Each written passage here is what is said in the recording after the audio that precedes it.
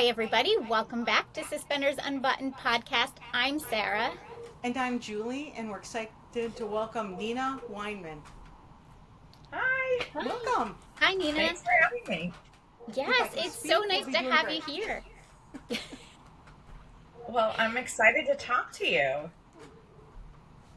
This will be fun. Okay, so you have so many writing credits. You've written so many of these Hallmark films. Did you always know that you wanted to be a writer? So I always knew that I could write. I was a journalism major. And so writing, it came sort of easily to me in college, but I was also a theater kid and I loved acting, dance, musical theater. It's like my first love. Like if I could sing, if I could really sing, I would be Idina Menzel. I would be, like if I had that voice, that would be the dream. But I was a journalism major and I just didn't love writing nonfiction. So when I first moved to LA, I was trying to act and I just could not get anything to happen. So I wrote a play so that I would have something to act in. Because the difference between acting and writing is acting, you have to be invited to do it. Right. And writing, you can just sit down and write a script. You can write a play. You can write a novel, whatever you want to do. You don't have to be invited. So I wrote a play so that I would have something to act in. And afterwards, everybody in my acting class was like, your writing is so good. It's so good. And nobody said anything about my acting. I was like, okay, maybe that's not the thing. Maybe that's not the path. And I had always written for fun, just like short stories and things. And just, I think in movies, I think in stories, I think in ideas. That's just the way my brain works. And so I pivoted from acting to writing, and I found that I really loved that I didn't have to be invited, that I got to just sit down and do it. And I had also worked in the business. So I had a job, I worked at Lifetime Television. I was an assistant in the movie department. It was my first job in Hollywood. I was an assistant to the comedian Jeff Foxworthy, if you know who he is. He's the redneck guy. So I worked for him for 2 years, and that was a great job. And it was like a great way to learn the business and learn the best way to try and make things happen. And then he moved back to Georgia after his show got canceled. And they asked me to go with them because I was kind of the family assistant. Yeah. And they asked me to go with them. And I was like, I loved them. They were my family here in LA. But I was like, I can't go live somebody else's life. I would be going and living somebody else's life. And so they moved back to Georgia. And then I got the job at Lifetime as an assistant in the movie department. So I learned so much. It was like the best education in writing for commercial television. A really great stomping ground to learn how it works. And some of the people that I met in that job are still people that I work with today that I knew when I was an assistant. So I did the pivot from the acting to the writing, and it took me a long time. It was 10 years before of really working these jobs in the business, and then getting 1,000 no's before I finally got my first yes, which was in 2009. What was your first yes? My first yes was a Hallmark movie. It was called Backyard Wedding. And the woman who was running Hallmark at the time was a woman named Barbara Fisher. She was running development programming. Okay. She was my boss at Lifetime. Oh, okay. And so she left and she went over there, and there was another script that I thought she was going to buy from me. In 2007, I put my notice in at Lifetime. We were getting married in 2008. My husband and I, we lived together. Our overhead, no kids. We lived in an apartment. Like our overhead was like $15 a month. It was nothing. So it was like, great, quit your job, give it a shot. He was working. It was fine. So I put in my notice because I thought Hallmark was going to buy this other script from me, a Christmas movie. And I thought they were going to buy it from me. And this was in 2007, put in my notice, left, And then the 2007-2008 strike happened. And I was Oh, like, no, no. No. So nothing happened with that one. But that movie did eventually get made in 2015 with That's Sarah oh, Lancaster and Brendan Penny. It was Brendan Penny's first romantic lead role at the network. no And okay. way. it was called 'Tis the Season for Love. So Yeah. that one did finally get made, but like years and years, like 6 years later. Uh, no, more than that. But don't make me do math. I'm a writer. I'll do the math. But so it was, it was like a long, I quit my job and I was like, oh, I can't go on unemployment because I left on my voluntarily. So Right. I just like did some temp jobs and worked and wrote, and my like day job for that year, the next year, was just writing.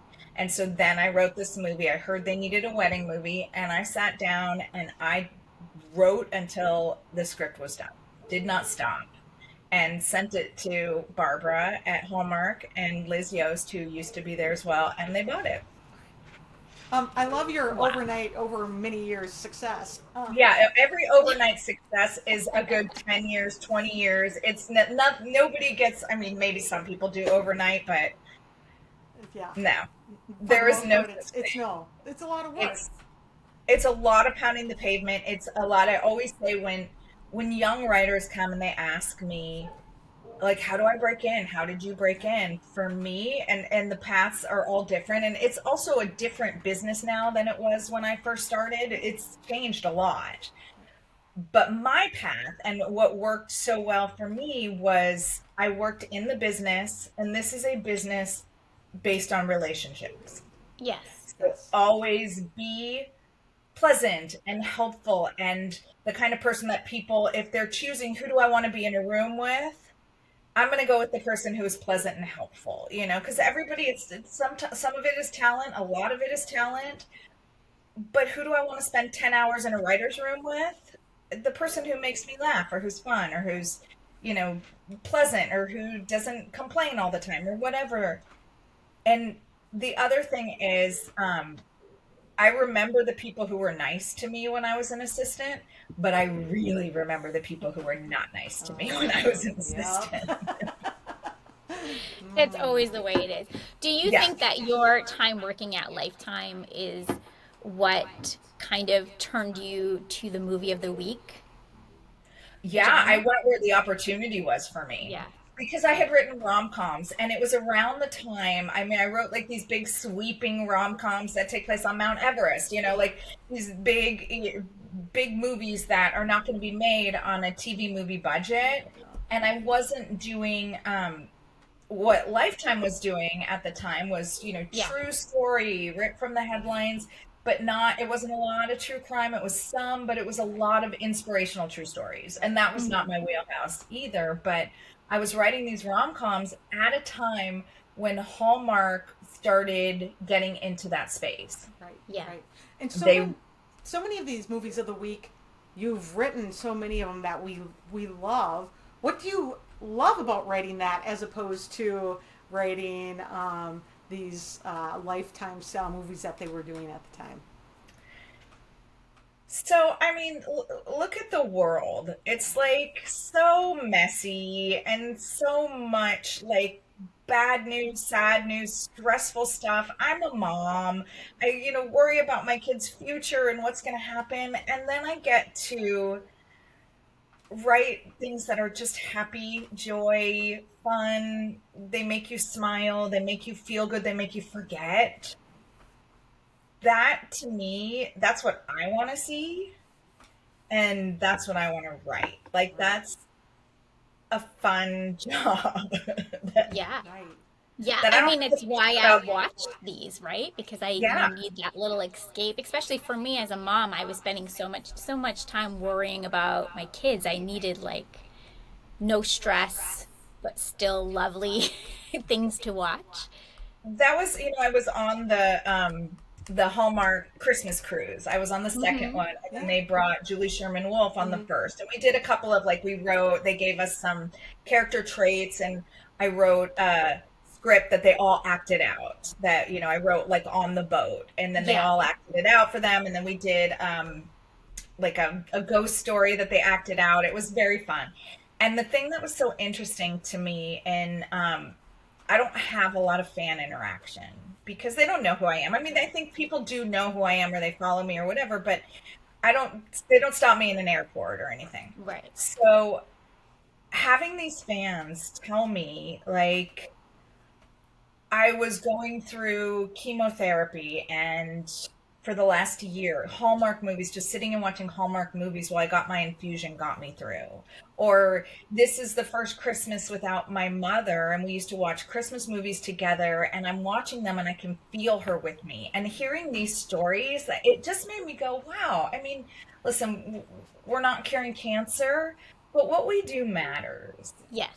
And that was really special to me to hear, like, to get that firsthand account from people of how we do impact their lives. You know, those Yeah. impact, they're so important, and we've seen them at many fan events. Yeah. Yeah. Yeah, that's exactly what I was going to say. Even just our interactions with different fans of the movies, it's the same thing. Everybody has a story. And even if it's not a sad story, it will end up relating to something in their life, and they kind of carry it with them, right? Like, how many babies have I nursed through these movies? Like, that's a great memory, but Yeah. it becomes Yeah. part of your life. Yeah. How many babies have I nursed while I was typing these movies? Yeah. It's true. Like, we were talking, I was on a notes call for the other day for my Christmas movie that's going to shoot in July for this year. And we were just talking about, like, it was just a stupid moment in it, but we were like, that's the kind of moment that people go, oh, I do that. You know, that's all the things that we want everybody to see themselves in their quirks and in the movies, that it's just like relate, that you can look at it and you can go, oh, that's me. Oh, I would do that. I love that. Yeah. You talked about being asked to write the script on the cruise. Do you ever get approached, instead of you bringing them a movie, do you ever get approached the other way where they come to you with an idea and ask you to write a script? From Hallmark? Yeah, or anybody. All the time. Yeah. Yeah. Or producers, or, you know, they'll come to me and say, we need I got a call, this was years ago, but I got a call from one of the executives one day, and he was like, do you happen to have a fall harvest movie? And I was like, let me go through my fall harvest movie file here, you know. It was when they first started doing fall harvest, and I was like, what even is that? I go into my husband in his office, and I go, they need a fall harvest movie. Like, what does that mean? He goes, what about a pumpkin pie contest? Pumpkin pie baking contest. And I was like, yes, like a Romeo and Juliet pumpkin pie. And that became Pumpkin Pie Wars. And it's a movie that people still, like, approach me about because they think it's like such a fun movie, and it was kind of different at the time. And so I called the exec back and I go, what about a pumpkin pie contest? You know, and he's like, write up a paragraph. I've never sold a movie faster. I love that. So that kind of stuff does happen. That does come up. Or there's like one where this happens often. They buy a book, put a book in development, and then they need a writer, and they go, what do you think of this book? And attach me to it. So that happens a lot too. Okay. Is that harder when you're taking somebody else's story and turning it into a screenplay, or is it faster because it's already there? It varies. I mean, there are some books where I've read it and I've been like, oh, my work is completely done. Like, this has a beginning, middle, and an end. Mm-hmm. And then there are others where you go, oh, okay, they bought this for the title, and I really need to, like, start from scratch. Because it's not going to fit. Nothing like the book. And if anybody is a fan of the book, they're going to be a little disappointed because it's not totally like it. Yeah. It varies. It really varies. Sometimes I have to pull a story out, and sometimes it's all there. Yeah. Right. Sometimes you get to say that's inspired by as opposed to based on. Right? Yeah, that happens. And then sometimes come to me a lot with rewrites. Like, this movie is, we really want to make it. It's not ready. It's not there. They've gotten through a writer. Maybe it's a new writer who doesn't know the Hallmark notes process, which can be extensive. So, or it just for whatever reason, it's not working. It's not there. It's not ready. So they'll come to me and have me whip it into shape. Yeah, we hear that a lot, that there's rewrites. Right. Yeah. It can be a very good pipeline of work.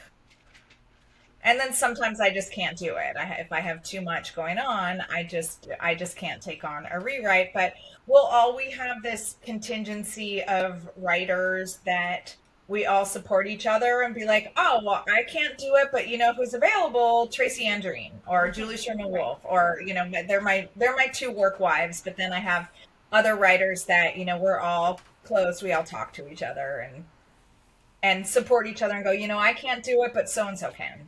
I love that. I love that. Your work wives. Yeah. That's We've great. talked with Julie quite a few times, but never Tracy. Yeah. Tracy's fantastic. You know, and everybody at the network is like that. The actors are like that. You know, everybody, we all kind of lift each other up because it is, we liken it a little bit to like the old studio system. Yeah. Of like, when you're in the family, you're in the family. And it's a great family to be a part of. I don't take it for granted. Like, I feel really lucky to have a home there. Yeah. Yeah. They've been very good to me since 2009 when I sold my first movie. So I feel very fortunate that I have a lot of work for them, and I hope that continues. I'm sure it will. Right. When you're writing a script, do you what is your process like? Do you start with an inspiration, or you just start with a blank page, or? So it varies. A lot of time, there's a lot of chocolate involved. And it's just like peanut M&Ms, and I'll just be like, where do I want to start this? One of the things when I start a movie, whether it's like I'm starting an outline right now on a new project, and I always think of, how do I open this movie to grab the audience? What is an interesting way to open this movie? I always want it to be fun, unique, different. But really, writing, honestly, is just a series of going, and then what? And then what? And then what? And then what? You know, like, what happens next? And trying to figure out, right now what I'm working on, the one that I'm doing, it's a book that I'm adapting. So you know, there's some stuff in there, but we've changed a lot too from the original story, because one of the things that you face with books, and what I love about reading books, is you're generally in the main character's head and their thoughts. And how do you translate that to action on the screen? So there's a lot of character stuff. So finding out, okay, how do I show this character being what he's saying in her head out in the world? Right. Because you can't do that all with conversation. You need with voiceover, because the tendency is to want to hear her thoughts like you do in the book, and voiceover is not always, you know, it's like show us, don't tell us. Is a big rule in writing. So how do I show you and not tell you? I mean, unless you're doing the Lizzie McGuire. Oh, not Unless you're doing the Lizzie McGuire show, which that became a thing where you just heard her thoughts. Well, if that's the device that you're using, then that's your device. But it's not always conducive to, you know, to a Hallmark movie. Okay, so since you've been around for so long, do you ever find yourself writing like for specific actors? Well, if I pitched something with them or sold it for them, or I yeah, all the time. I used to, like, early on, every male character with like the cadence and the comedy and the way that I would write and the timing and the rhythm, it was always Paul Campbell. Because he and I are good friends and I've known him for a really long time, and I hadn't worked with him yet until The Last Bridesmaid. And I was just like, he's so has that like rhythm, Right. snappy, and he can be a little sarcastic and it's charming. He doesn't come across like a jerk, which you never want your characters to come across like a jerk. So it was always Paul Campbell in my head. And now there's so many of them that can Yeah. do that. This was like early on. Right. There's so many that can do that, but I just wrote something that we haven't even pitched it yet and sent it out, but I wrote it for Tyler. It's completely Tyler. He loves it, and we're gonna send it in at some point, but we haven't done it yet because we're both really busy. But it's yeah, I wrote it for him and I sent it to him, and thankfully he liked it. Love that. Love that. Did I mom think like it it? must be fun to sometimes be able to visualize and hear like who your character is as you're writing them out and Yeah, developing them. it's Yeah. super fun, but also at the same time, I found out my Christmas movie that's going to be shooting in July, they're out to talent. I don't know who. There's that, which means somebody's reading the Yeah. script right now. I don't know who, and I was like this morning. I was like, who is it? Like, who could it be? And I was thinking, I was like in my head going through like, okay, who are all the Nikki, Rachel, like who? Okay, yes, yes, yes, yeah. Like I'm thinking about like And going like through it, and I who? have no idea if it's Yeah. one of the usual suspects, or maybe it's somebody outside. I don't Yeah. know. Right. Um, There's they been a haven't lot of told me. new talent coming through. So who knows? Yeah, and at the same time, you know that every one of them is going to get their Christmas Right. movie. Like I Right. think that's just Right. pretty much a given that they're going to Hmm. get their Christmas movie. So I was like, who is it? Who could it be? Well, And also I don't don't. know if it's even a girl. They said they have to be these dates because of the talent that we want. And I was like, Oh, who? right.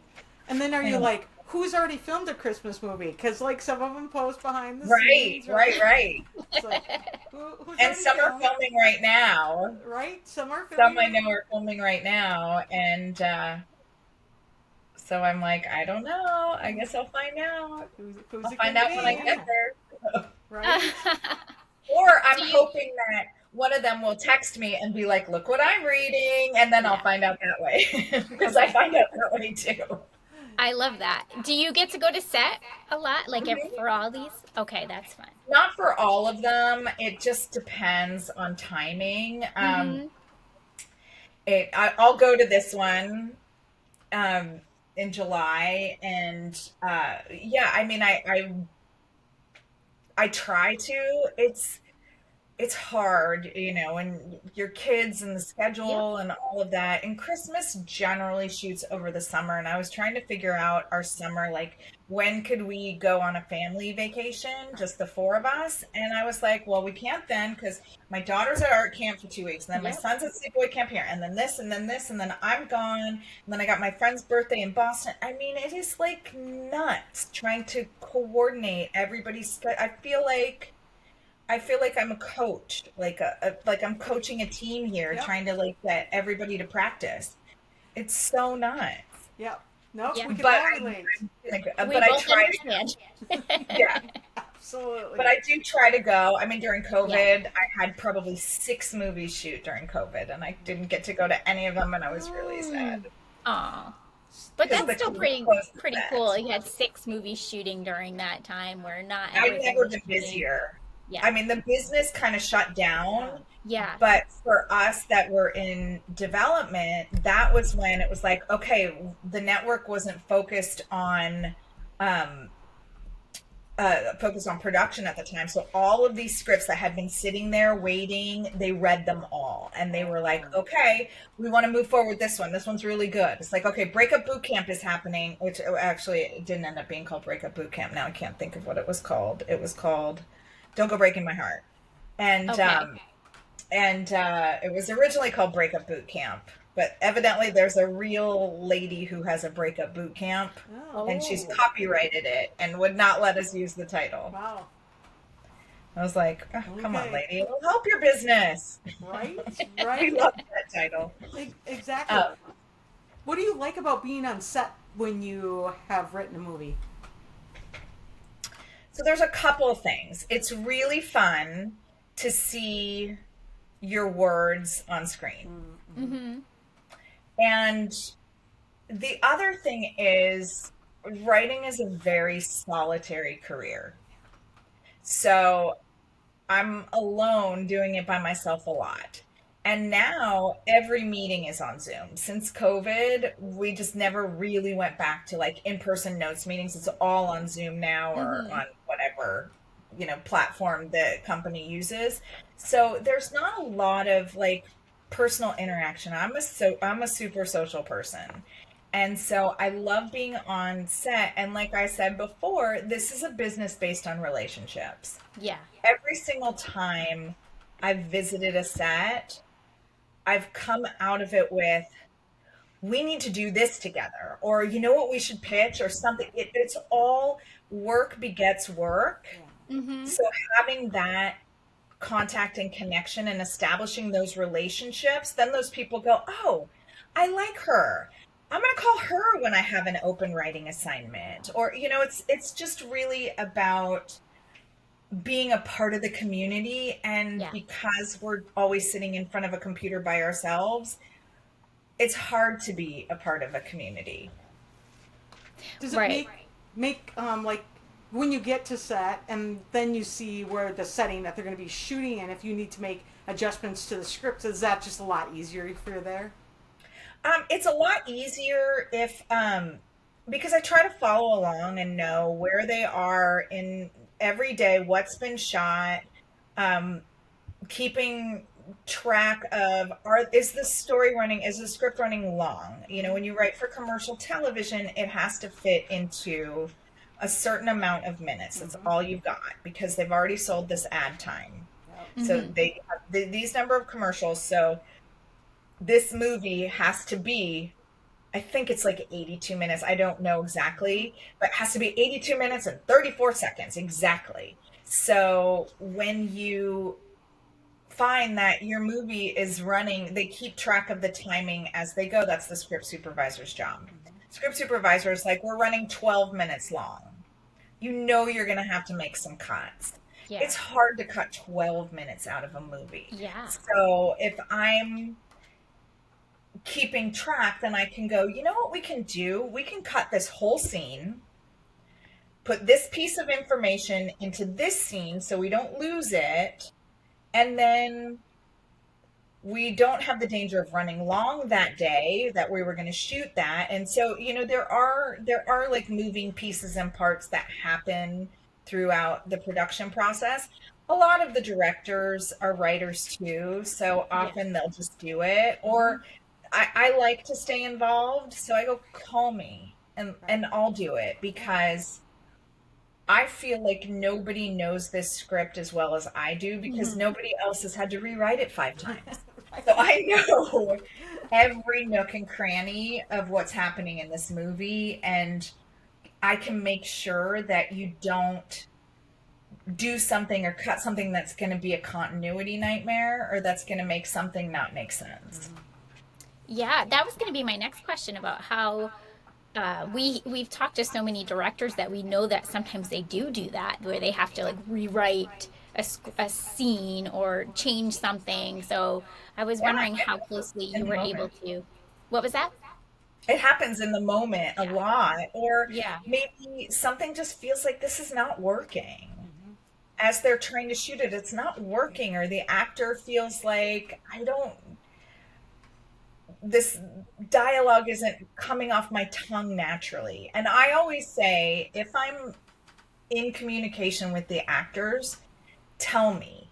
I'm not precious about this. If something, I want it to feel like it's your words. So if Yes. something doesn't feel natural to you or is bumping you, let's fix it. Because I know that once I turn in my script, it's no longer my script. It's now our script. It's now Right. our movie. So we're on the same team, and I'm not going to sit there and go, no, you have to say every word exactly as I wrote it, because it's just not realistic, and it's not about my ego. It's about the big picture and our Yeah. project. Right. That's a good perspective to have. Right. There's so many people involved, right? Yeah. Right. And it's not, it's the director takes ownership of the movie, the actors take ownership of the movie, the producers take ownership, I take ownership. We all are on the same team. We Right. all want this to reflect positively on us. So let's Yeah. do that together. You want it to be the best it can be. So, okay, so here's another question for you because you mentioned when you first started um, getting your script sold to Hallmark, they were just kind of starting down this rom-com. Now, over the years, we have seen things change in the movies that they're showing and the way movies are done. Like, what kind of changes have you really noticed lately, or how are you liking these changes? Like, we're getting more comedy right now. For a long time, we didn't get that. We're getting some deeper things again, I think. So, Yeah, what have there you was a noticed? time where everything early on, when I was writing stuff, everything had to be very much right here. There were no Yeah, high highs and no low lows. And yeah, now we get to dig in a little deeper into reality, if I'm being honest. Everything was very sugar coated. yes, And I think that they saw that like I said before, people want to see their own lived experiences. They want to see their own nationalities, religions, sexual orientation. They want to see themselves. And this is a big, beautiful world and a big melting pot of everybody. So we've been allowed now to, like, let's show everybody's experience. And that was not super acceptable when I first started. It was just, we yeah, just didn't go there. And now we can. And I think it's not gone unnoticed by the audience. I think that people really appreciate it. And we do get to delve deeper. And there can be more high highs and low lows. We tend to not go like with Christmas, it's Christmas is happy, love, fun, joy. So we tend to keep everything very like yeah. upbeat, but also there are, oh, this is our first Christmas without dad. That's hard, or Hmm. whatever it is. We can go there, but it's still really about finding like the joy and the beauty in Christmas. Right, You know, But the rom-coms, they've gone all over the map on that. right. yeah, yeah.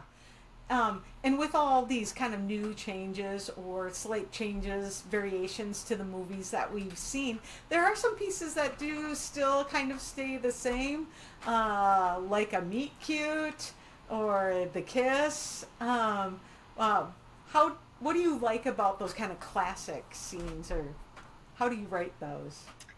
I try to find a way to do like just a little twist on the normal tropes. I want to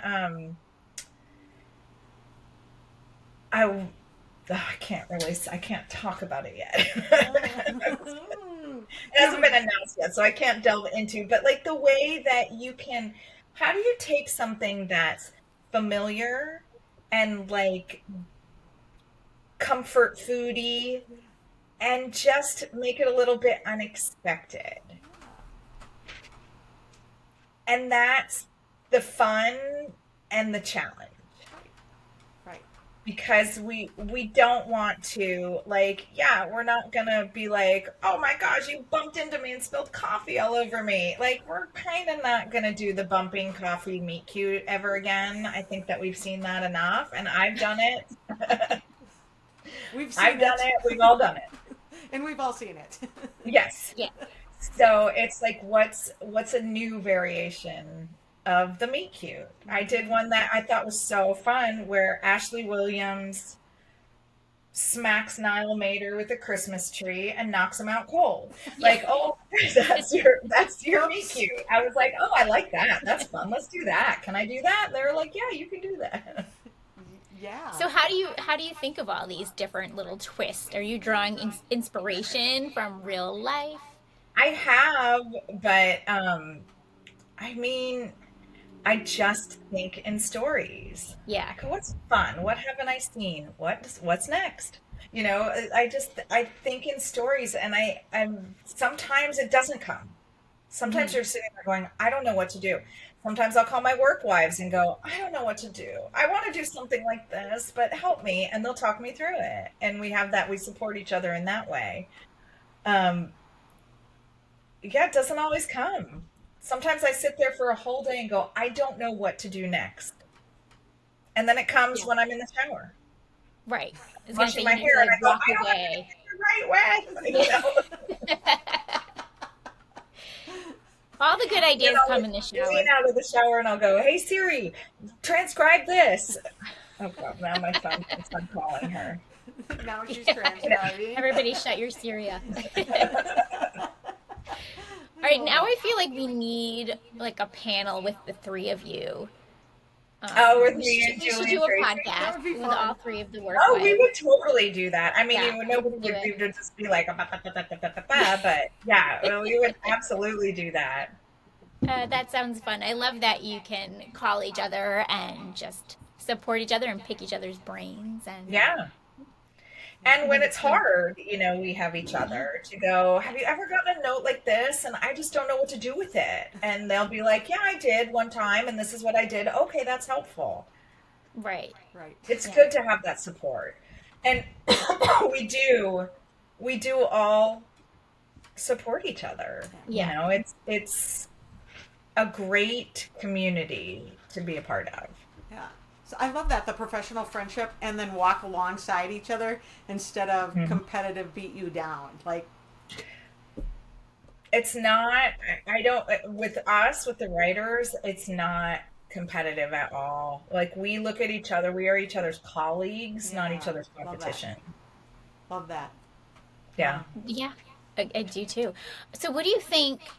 I mean, there's a lot of great writers in this world. What do you think makes your scripts like a Nina script?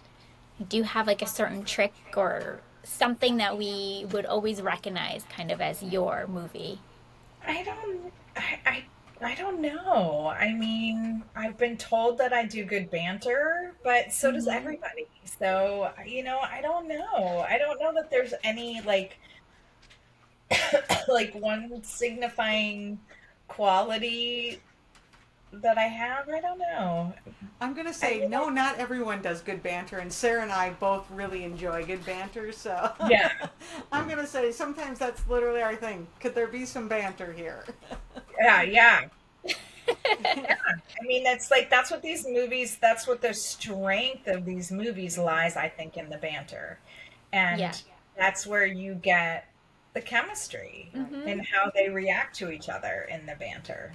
There are some that you're just like, I love you no matter what word you say because they're just so good at it. Right. Some of the actors. Um, Yeah. you've written some kind of unique things into your movies, including some magical pieces. Um, what do you like about that? So I did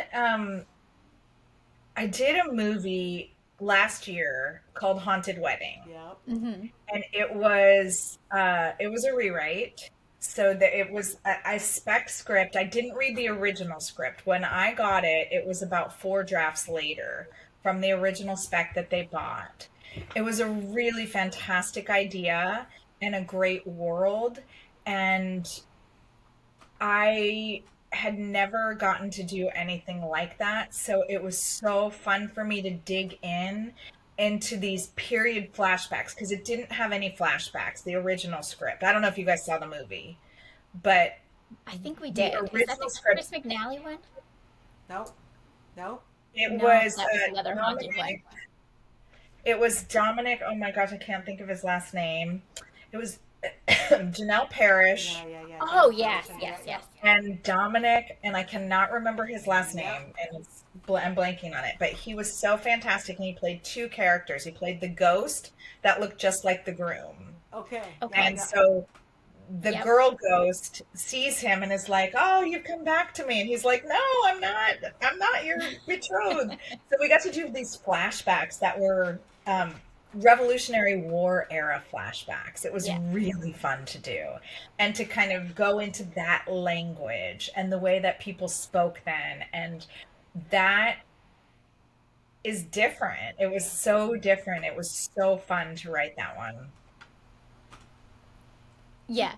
And we got Um, to break the rules of just like conventional storytelling because right. we had ghost rules.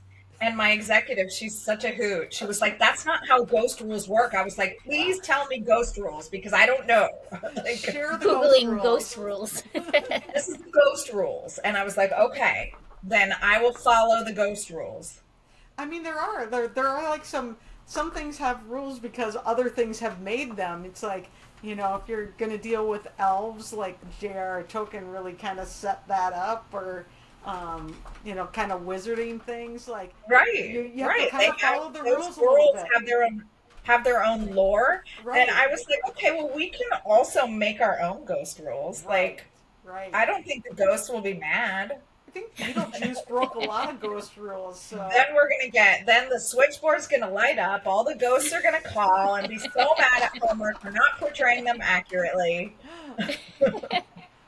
do you have something that's very unusual like this, but something else that you'd like to do that's maybe never been done?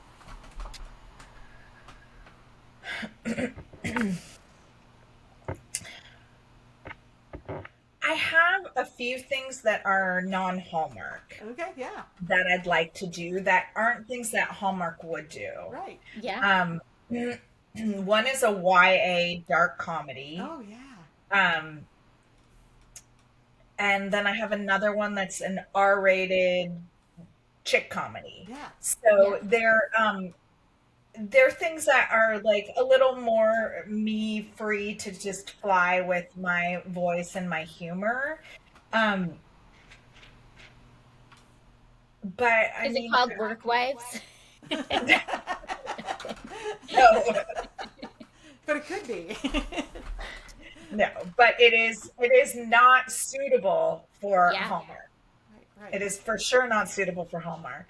Um, but I mean, as long as they keep me working, I'm happy. Like, I love my job. I am so lucky that this is what I get to do. And I don't want them to slow down. The business is Yeah. changing, so it's always scary, and we don't know what's going to happen. And there was um, their streamer that they were making a lot of originals for, and now it's more the originals are going to go on the channel first and then the streamer. Yep. Um, and that's good because they'll just keep making movies as long as linear cable is around, which I hope is a Yeah. very long time. Yeah. Yeah. Yeah. Um, what part of these scripts do you enjoy writing the most? Like, do you have a favorite? I mean, there's a quote, and I can't remember, I think it's a Dorothy Parker quote. And she said, "I hate writing, but I love having written." And I think that's so indicative of every writer. Like, I really do love sitting down and just when it really comes and it's flowing and I'm like, "Oh my God, I wrote 12 pages today." Like, that's a great day. And then some days it's like trudging through mud. If it's not coming, if you're not feeling, if your kid's homesick and coming in every 5 minutes because she wants soup or whatever, it's, the best thing is after you're finished and you're like, "Here you go." and it's going to get made. And you created this thing. Sometimes you just pulled it out of thin air and you created this thing. And now it's going to be on people's TVs, and 2 million people watched something that came from my brain. Like, is it the act of writing that I love? It's the act of having written Yeah, that that makes I sense. love, because sometimes it's work. Right. Hmm. Right. It's not always a joy. Right. Um, It's hard. it is. Sometimes it's great and you're like, I'm in the flow and I'm feeling it and it's coming and it's like, and, pulling it out of the proverbial typewriter and like success. But not always. You're very excited about your Christmas movie that is going to be happening here. What makes writing a Christmas movie for Hallmark very special? So I'm Jewish and I never got Christmas growing up. So I feel like Jews make the best Christmas movie writers because we were always so jealous of our friends and their trees and all of their things. And then I married a non-Jew. So now we do Christmas and we get a tree and my kids and everything. We do both. But I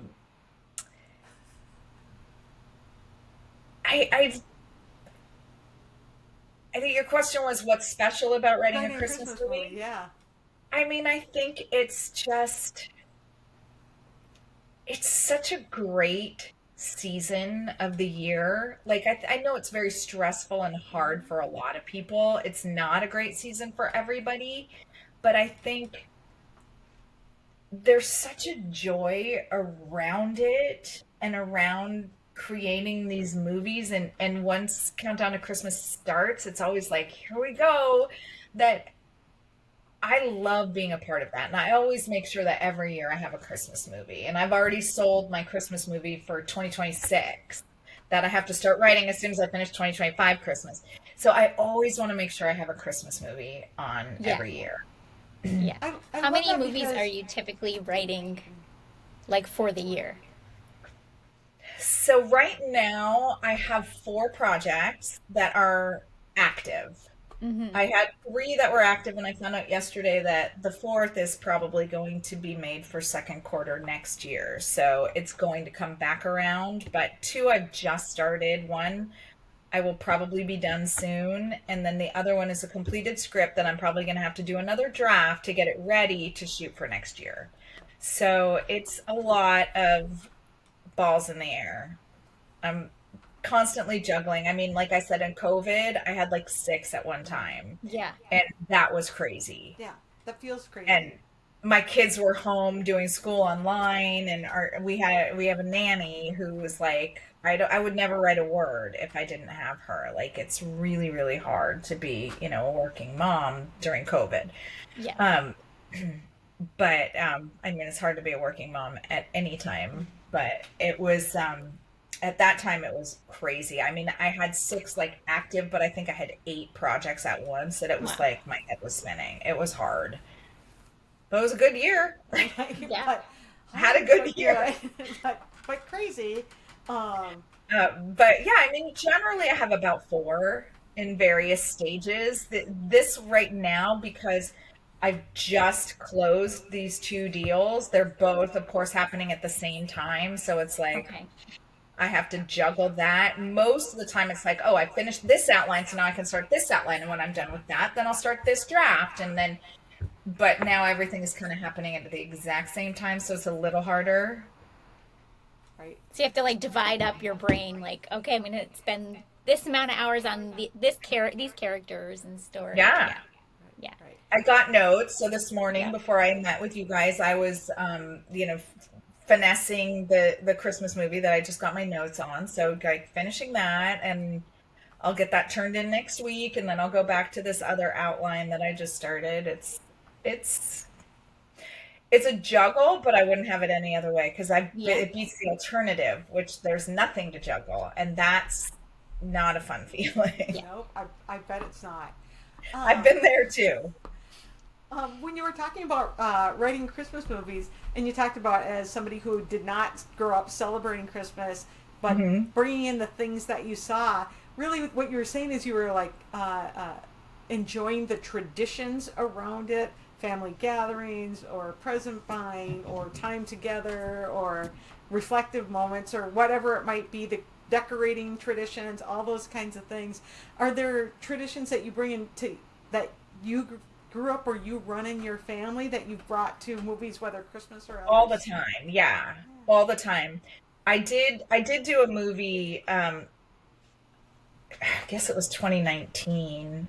It was before COVID, called Double Holiday, which was Hanukkah and Yeah, Christmas, and it Yep. was Chris Blaha and Carly Pope. yeah. And I took um the Hanukkah tradition. What we do in our house, what we do, because my daughter's birthday is December 18th. Then there's Mm. Christmas. Hanukkah is usually right around that time, and then my son is January 7th. So they have Okay. all this stuff in this one like 3 week period, and then nothing else for the rest of the year. So I was like, it's a lot to do like Yeah. a Hanukkah present every night. So what we've done is the first night of Hanukkah, they get like one big gift, and then every other night they each pick a charity, and they each get to give to their particular charity every other night. So I wanted them to see that it's not all about like getting. And Yeah. so we put that in Double Holiday. I put that tradition that her family does that because it just is like so much stuff. Right. Yes. And these kids, whenever you donate to a charity, then you get mail from that charity forever. Yeah. My kids get so much mail from like animal charities, veterans, like all the ones that they've chosen over the years, Children's Hospital. Yeah. They get so much mail from charities. I I do kind of love that, and we love charitable giving as part of our social media, and to see that in that movie. This is a movie I know well.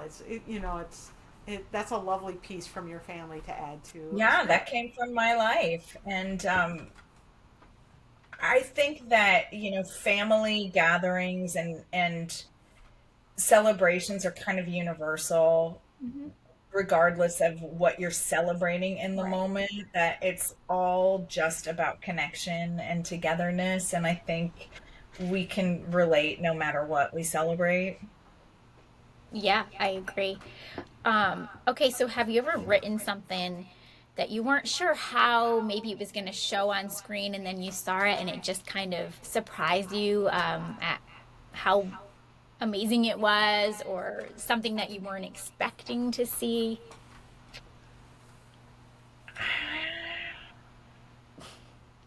I'm sure it's happened. I'm sure it's happened Yeah. where I was like, where I was pleasantly surprised Yep. because there have been some where I went, oh, Yeah, Oh, well, that good. You do counts. both ways. You're like that very was it. rare, Yeah. Yeah. very rare for that to happen. But there have been moments where I was like, oh, that's not exactly how that was supposed to go, but okay. Mm, But that's where also you have to put aside your own expectations because again, it's right. not my movie anymore, it's Yep. our movie. Mm-hmm. And I have now turned it in, Mm-hmm. and now it's no longer my vision, it's the director's vision. So Yeah. it might be very different from my vision. Um, but I mean, yeah, sometimes I see things and just am blown away at how good it turned out. I did this one movie that nobody saw. It was a rewrite. It was a Mahogany movie Mm-hmm. called Nashville Okay. Legacy, Yeah. Yeah. and it was a rewrite that they brought to me, and I I couldn't believe it was one of those things that was about this 1960s girl group Mm-hmm. that had this hit song. I don't know if you guys saw the movie, Saw the but movie. Yeah. Yeah. it had this hit song, and that's one of those moments where you go, this could go either way. It could have a hit song that you're just like, that is the worst thing I've ever heard. Like you just don't know. The flashbacks, the song that they actually had somebody write, I was like, that sounds like a hit song in the 60s. Yeah. Like, Right. Those girl groups. this is, this great, it was a real girl group that they cast out of Nashville called the Shondellas. Yeah. And that's kind of what they do. But it was just one of those moments where I saw the movie and I was like, this is so good. And nobody saw it. The ratings were not good. And then they don't air it very often. And Roger Bob was the director, and he's done a couple for them. He's so good. He's in the right hands. Mhm. Yeah. I was so impressed because when it's a rewrite, sometimes I write it, turn it in, and then I go away. Mhm. It's not my project, so I'm not Right. always on for the whole thing. Yeah. I'm like, call me if you need me. I'm here for you, beginning to end. And there was a screening at the Black Film Festival. It was here in LA, and they screened the movie, and I got invited, and I went, and I saw it on the big screen, Oh, and that's I fun. met Roger there because I had not met him. And I was like, I can't believe what I just saw. Like, I was so impressed. Yeah. And that's Yeah. I was, that. It's a very good movie, and it's too bad it doesn't get more airtime. Hopefully it's on I Hallmark Plus and maybe it'll did. just kind of pick up. Right. And I've become friendly with Andrea Lewis, who's the star, and Yeah. she's just so good in it. Mhm. And it's just, Yeah. No, it's I a good, great movie. and Roz Ryan, who's, because I'm a Broadway nerd, and she's like, a legend. It just really turned out. That one was shocking to me how good it was because it felt like I don't know. It just felt like the 1960s. Yeah. And And Yes. what's sometimes that can go very, very wrong when you don't have a huge budget. right? Mm. Right. If So you have a it's huge budget, you can do anything and make it work. right. But when you don't have a huge budget, you have to kind of pull rabbits out of hats. Right. And they did. So Yeah. what's the And we name of that know. mahogany movie again? That one's called A Nashville Legacy. Yeah, A Nashville Legacy. People should go look for that. See when it's Yeah, and I on. think it's on the streamer. I I think do it is too. on Hallmark Plus. I believe it is. Yeah, I'm also. sure it is.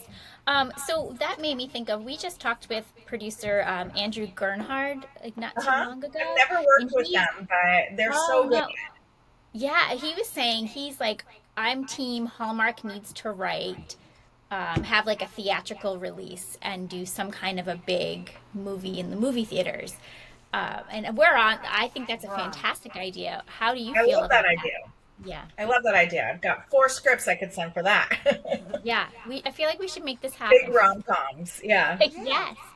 Yeah, Yeah. and I could see a theatrical release, and I could also see fans getting together and having parties at theaters. Like we could see that. Yeah, like having a Hallmark feature film division. But you know what? Again, it's expensive and it costs a Oh lot yeah, of money. But that's um, there's a return on that investment for right. sure. But it requires a lot of marketing dollars, Yeah, and yeah.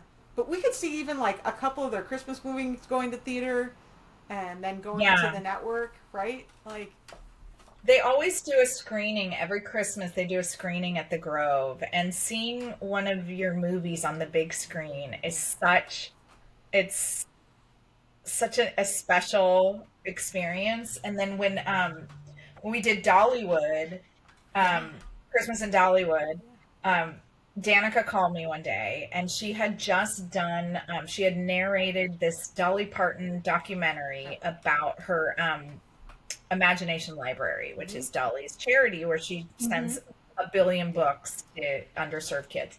So she was like, what if we did Christmas at Dollywood? And I was like, okay, let's do it. Can we make it happen? So, we did. And JC Penney sponsored a premiere of the movie in New York City. And we went, and it was just like seeing my name on the big screen and seeing this movie. um it's just one of those moments, one of those pinch me moments. Yes. Right. And Surreal. with an icon like Dolly Parton and her Dollywood is like, you know, there's some very like set things. If you're going to have Dolly Parton in it Oh and my gosh. you're going to have Dollywood, how do you write around those things? Well, I knew we didn't have Dolly a lot. Right. Right. So we had Dolly for 2 days, Okay. I think. I knew we didn't have a lot of Dolly. Right. So what I did was create this story where Danica's character just couldn't wait to meet Dolly. And they would be like, oh, I was just talking to Dolly, and she'd be like, where? And be like, oh, she just left in the helicopter, or so she finally gets to meet her at the end. So we kept having these near misses with her. And I'll say this about Dolly Parton: I don't get super starstruck. Like, I've met a lot of people in my work and living in LA and stuff. Like, I've met a lot of celebrities, and I don't get super starstruck unless it's somebody Broadway, then I do. But meeting Dolly Parton, she looks me in the eye and she goes, well, it's a real good script. And I was like, blah, blah, blah. I don't know what words were coming out of my mouth. I don't know what I said. I was like, my kids are here and they can't wait to go on the roller coaster. Like, I don't know. I brought my whole family with me. I don't know what I said to this woman. I'm sure she's used to people being babbling idiots in front of her, but I was like, blah, blah, blah, blah, blah. Like, I don't know. I've not ever been that starstruck as when I spent like 1.5 minutes talking to Dolly Parton. Well, there's stars, and then there's the Dolly Parton. I mean, that is like stratosphere, right? Right. Yeah. Yeah. And she is, I feel like everybody would be a little starstruck talking to Dolly. Right? Oh, yeah. How There's could you something not? about Dolly and what she's done, and She's just absolutely magic. And She's she's just clueless. she's this big that you're just like, oh my gosh, she's so tiny, but she's such a big presence that you don't expect her to be so tiny. But her shoes are like this high. And she's just like visible from outer space with all the bling, and she's a phenomenon. Like, I don't know how else to describe it. So much bling. And would you want her to be any other way? No? No, she's Dolly. Dolly got a Dolly, right? Right. Absolutely. Right. Nobody knows her Yeah. brand better than her, and she's got Right, it down, right? Oh my gosh. Yeah, that was another one of those experiences. Like, people ask me, what's your favorite movie that you've ever done? And I say, it's hard to choose between my babies, but there are certain movies where the experience around it was so incredible that's my favorite, because the experience of it was so great. Making The Last Bridesmaid I wrote that part for Paul. Yeah. And I wrote it and developed and sold it with Rachel Boston. We'd done a bunch of stuff together. So I wrote it for her, and our producer, I was like, this has to be Paul Campbell. It is written for him. It has to be Paul Campbell. And so he called me and he said, I wanted to let you know that the offer is out to Paul. And I was like, can I say anything? Because he and his family are literally on their way to my house right now. We're having dinner with them tonight. And our kids played together and stuff. I said, can I say something? Can I tell him? And he was like, yeah, you can talk about it. So then Rachel ended up coming over, because at the time they both lived here. They both don't live. Paul's back in Vancouver and Rachel's in Tennessee, but they both lived here at the time. So then Rachel ended up coming over, and we had this great dinner, and we had champagne and celebrated, and making that movie and being in Canada and filming that movie with the two people that I wrote it for, who are my really good friends. The experience was everything. And the movie turned out great. I was so happy, but yeah. I love that. I can see how the experience is what makes it so special, and not just the writing of the script. Yeah. Yeah.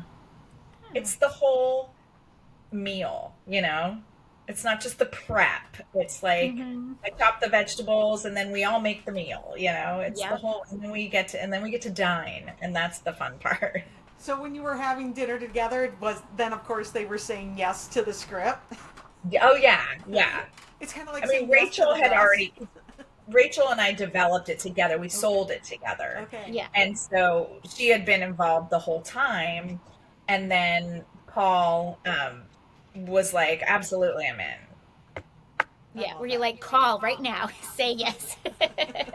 I was like, you're doing this. Yeah. He was like, I'm doing I it. I'm made doing it for it. you. We had been trying to work together. Yeah. And I don't remember if I had told him. I may have even told him, like, I wrote this for you and I'm going to try and make it happen. I don't remember if that happened that way, but Well, that's fun. yeah. Well, we're excited for your Christmas movie this Yeah. year. This I want to mystery know who's going to be in Christmas it. movie. Yeah. So do we. Nina, would you play a little game with us? I sure will. Okay. Do you have a favorite rom-com Of all time? of You can all give a time? few. Oh my gosh. So what could I watch? Like, I could watch Legally Blonde anytime it's on. Yes. I could watch 10 Things I Hate About You anytime it's on. I could watch Sleepless in Seattle anytime it's on. Yes. Yep. And there's a Yep. reboot. There's a Legally Blonde reboot. Oh, the L series, Yes. the prequel series, yeah, on I'm Amazon. excited. Yeah, I know. They've been talking about the casting, and the girl looks really cute who plays young Yeah. Elle. Yeah. It'll be That'll fun. be fun because she had so much personality in the movie. So we're hmm gonna assume that younger Elle has got a lot of personality, Yeah, they did not take that casting lightly. Like that was, I'm sure, a huge surge. right? Yeah. Right. Do you have a favorite TV series or something you're currently binging? Um, what did I just watched something that I absolutely loved. What was it? Oh my gosh, where's my brain? I mean, right now, what am I watching? I'm watching Handmaid's Tale, which Oh is, yeah. so good, but so like, oh, Yep. Heavy. it hurts. Yep. I'm watching, oh, I really like Your Friends and Neighbors. It's the John Hamm show. That Yeah. one's a lot of fun. Okay. Um, Yellow Jackets, my daughter and I watched that one Yeah. together. Yeah. Oh, Um, and you went to did we you went meet to them? You the, went to the panel? yes, I Yeah. took my daughter, and you guys, I got to be the cool mom for a day. Yes. That I does was not happen often. I was like, who do you want to meet? I'll go up to anybody. Mhm. And this girl, Emily Longaretta, who we know is, she's a reporter for Right. Variety, and she was Yeah. the moderator. So I was like, they wouldn't let us go to this one section where everybody was sitting, and Emily took us over there, walked over there. So that's where like all the actors were. And I said to my daughter, I was like, all right, who do you want to meet? I go up to anybody. I was like, stand right here. Let's wait. Like she wouldn't go up and be like, hi, but I was like, hi, this is my daughter. She's a huge fan. We love you. We watch it together. I was so annoying. She was like, I mean, she was excited to meet them, but I think she was kind of embarrassed. And then I took my son to the Academy event for Agatha All Along Oh, because he loves that show, and he loves Catherine Hahn, and he loves Joe Locke, and he got to meet both of them. And again, I was like, "Who do you want to meet?" He's like, "Mom, Yeah. don't, Mom." I was like, "Nope, Joe. Hey, this is my son, William." let me get a photo. Mom of the year. I love that. He was so happy to meet Joe Locke, Yeah. and to meet Catherine Hahn was so sweet because all these grown adults are like, "Hey, hey, hey," and she sees my son standing there, and she's like, "Hi, what's your name?" And I was like, "Oh." She walked over to the kid. Oh, that's sweet. So sweet. I love that. Yeah. It Okay, was fun. you mentioned Broadway, so do you have a favorite Broadway musical? I do. Yeah. I mean, I love so many of them, but I have seen Jersey Boys 9 times, multiple times on Broadway, in Vegas, on tour, everywhere. I could sit through that show, and I don't love a jukebox musical. I'm not a huge jukebox musical person. I love that show. It is my favorite show. But I I have also not just seen it. I went with my kids over Christmas, and I took them. Death Becomes Her, super fun. We Oh, saw that. We saw Great Gatsby. before Jeremy Jordan left, and that was fun. And we saw The Outsiders, which I loved, which is like my favorite book of all time. Right. And like as a kid watching that movie on like VHS, you know, being like, Right. Yeah. you're all so beautiful, these guys. Yeah, that cast for that movie is like killer. They all became just like astronomical stars. Yeah. Huge stars. Yeah. I mean, I'll go to New York and I'll see 5 shows in 4 days. Well, I did that before I had kids. Yeah. That's a I'm bucket trying list to convince my daughter to let me do that with her instead of throwing her a quinceañera this summer. But my daughter loved it. I took them and it was just the 3 of us. My husband was staying and spending some time with his brother because we were in Pennsylvania. So we just took the train into the city. And so my husband was staying with his brother and just spending some time with him. So I took the kids and I wanted to see a couple shows and we ended up staying 2 nights. We saw 3 shows. And I was waiting for them to be like, oh, another one? Like, Mom, come on. And they were like, what are we seeing tonight? They were so excited. They were like, what's next? They loved it. I love that. Yeah. Bucket list, I've never seen a Broadway show. I've seen a lot of musicals and a lot of shows on tour, but I've never been to New York. Yeah. It's so worth it. It's a really crazy expensive habit, but hobby, I should say. Not a habit, it's a hobby. It's a pretty expensive one, but I love it. And when it's just me, I would go with my friend Sarah and we'd go and see 5 shows in 4 days. And it was fantastic. Love that. Yeah. That's a dream, definitely. Yeah. For sure. So that's your favorite hobby? And then do you have like favorite song or favorite musician, favorite band? I mean, the sad thing is, in my car, when Sirius, I'm always on the Broadway channel. Yeah. Like, my husband will then turn it to 80s music when he's in the car with me, but most of the time it's the Broadway channel. Okay, so what is your favorite Broadway song? Like, what are you going to sing out loud every time? Oh my gosh, that's such a hard one. I don't know because it changes. It changes based on like what's my soundtrack of the moment. Right now, I'm really into the Outsider soundtrack, and I'm listening to it a lot, and it's good. I like it. It's different. It's not super Broadway. It's kind of folksy, bluesy a little bit. And so that's what I'm listening to right now. But it just changes all the time. But I love like some good yacht rock. I love, I'm like a nerdy mom. Yeah. I like. My daughter's like, oh, Phoebe Bridgers is the best. And I'm like, what does she sing? That I've become that mom. Yeah. Oh, yeah. It's like Billie Eilish. And I'm like, what song would I know? You talked about how you love Idina Menzel. To sing like her. Oh, my gosh. What songs of hers do you love? Could you imagine having that voice? Nobody has that voice for her. Rent. Like, she was in Rent in the original cast, and she's so good. Like, I mean, there's the obvious of her as Elphaba in Wicked, but I never saw her in it either. I never got to see her do it, but I just hear her every day because somebody's got "Let It Go" playing somewhere at work. So oh my gosh, that was my kids were really little when that came out, and I'm not kidding. We watched that movie like 4 times a day, and I got so sick of it. Yes, I think my daughter was 3 when that came out, and so it was like we played Frozen, we watched. Yeah, Frozen. How old is your daughter? You said your daughter's having a quinceañera. Yeah, she turns 15 this summer. Yeah, so I have a 15-year-old. So they were probably about the same age. Soundtrack to their childhood, yeah.